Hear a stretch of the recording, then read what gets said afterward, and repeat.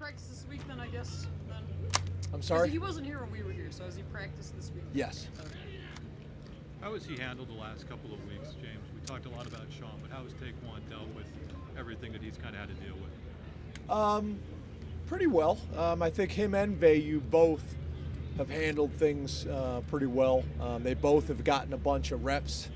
Vayu's reps have dramatically gone up, obviously, with Sean's situation, because at that stage, Vayu is the number 3. I think they both handled it pretty well. Obviously, you're trying to compare and contrast, but it's two different scenarios a little bit. But I think they've handled it pretty well. This whole journey out here earlier, how often does he get out to practice, and what does that say about him as a leader, that he's still coming out and offering guidance? Yeah, he comes out. He comes out a lot. I'd like for him to be here every single day. Obviously academically, he's got a lot on his plate. It's really important to me that he graduates from Penn State, so really working hard at that, and I know he is as well. I'd like all these medical guys, Jordan Minor, Journey, all these guys, I want them around the program as much as possible. I think that's important for them. I think it's important for us. We've had kind of an unusual number of them, with pretty serious cases since I've been here, probably more so than I've been around. James, considering Tyler Warren's history at quarterback and your usage of him as a wildcat, Sean didn't seem like a capable runner at the goal line last week in terms of utilizing him that way. Is Warren a guy that you continue to monitor, maybe being that short yardage guy? You used him at the 4th down in overtime. Yeah, definitely. Obviously, that's what the package is for. There's strengths and minuses that come with that. Obviously, when it's your quarterback doing it, they have to defend kind of more of a wide open offense. But there's a place, obviously, for Tyler doing that, and we'll continue to do that. James, when you look at kind of your running, Is Audrey the only one that's asking questions today? it's my show today, right? Yeah. Okay. This is their third. When you kind of look at your running game and the short yardage stuff, is there anything that stands out? I mean, I know you said yesterday you have to be more physical, get more of a push, but it seems like this has been an issue kind of more than just this year. Yeah, I think the first thing, to your point, it's fundamentals and technique. It's also size and mass and strength.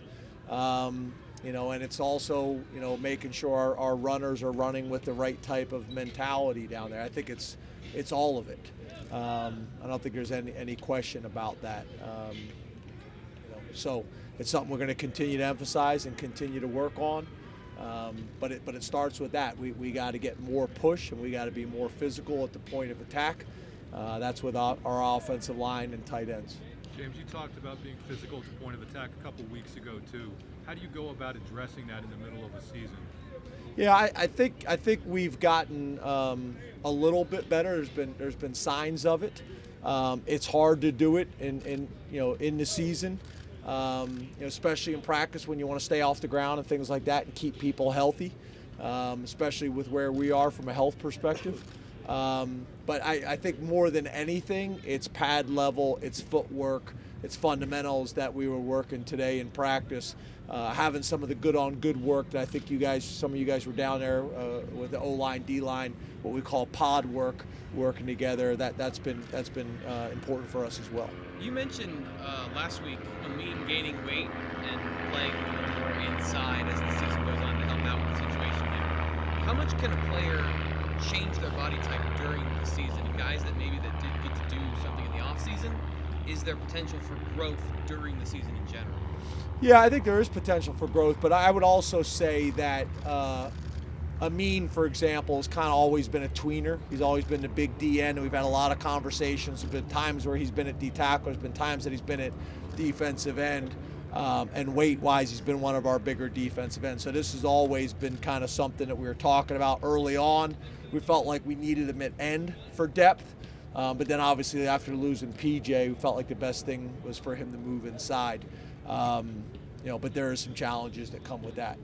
Hey, James, is there an impact physically, mentally, injury-wise, coming out of the gate with 2 or 3 really hard games, a whiteout kind of front-ending the schedule?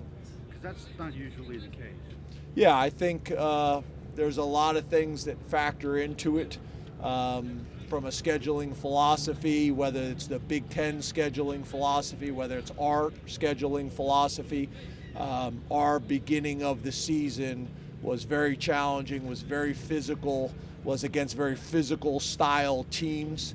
And with that, comes wear and tear and an importance of development from a depth perspective.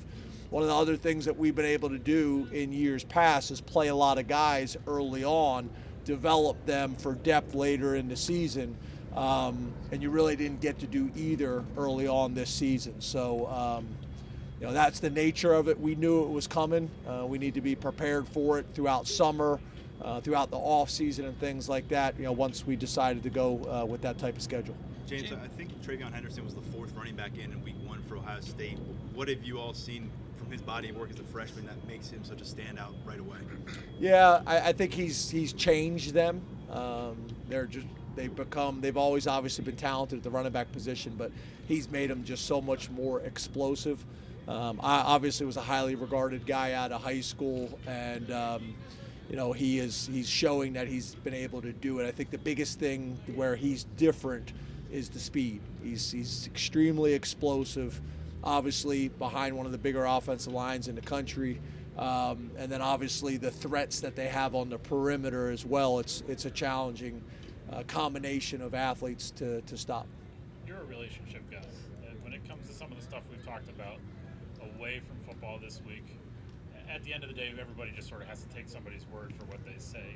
Do you worry about burning goodwill with people that you have to talk to? How do you balance whatever's going on in your life with the things you want to achieve here, the things you want to achieve in general, and getting that done while at the same time keeping life to yourself?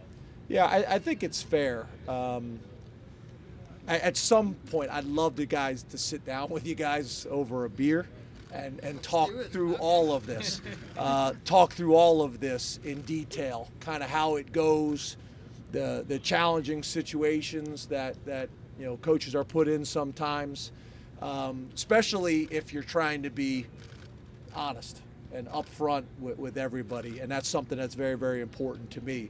I think I have shown my loyalty to this team, to this program, to this community. I think I've been pretty consistent with that. There's times that you're put in challenging situations, and I just always want to be able to, when I say something, it's done, and it's in stone. And when you're talking about the future, that can be challenging at times. So I am fiercely loyal to Penn State. I am fiercely loyal, most importantly, to these players and the staff.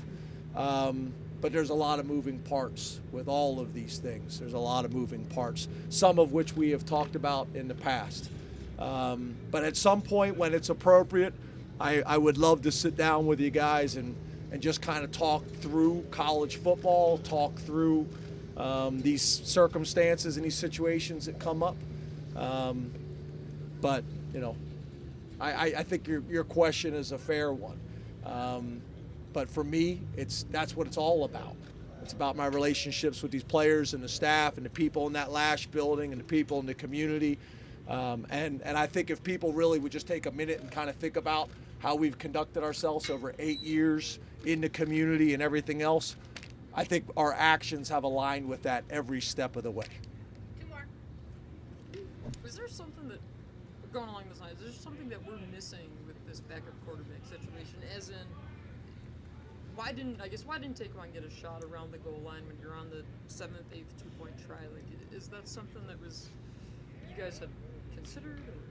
I think, like I've stated before, we felt like through practice, hours of evaluation on the field, hours of evaluation on film, that Sean gave us the best chance to win. Although he was limited, we felt like he gave us the best chance to win at this time, based on everything we know. I remember having a similar conversation with you guys a few years back about Trace McSorley.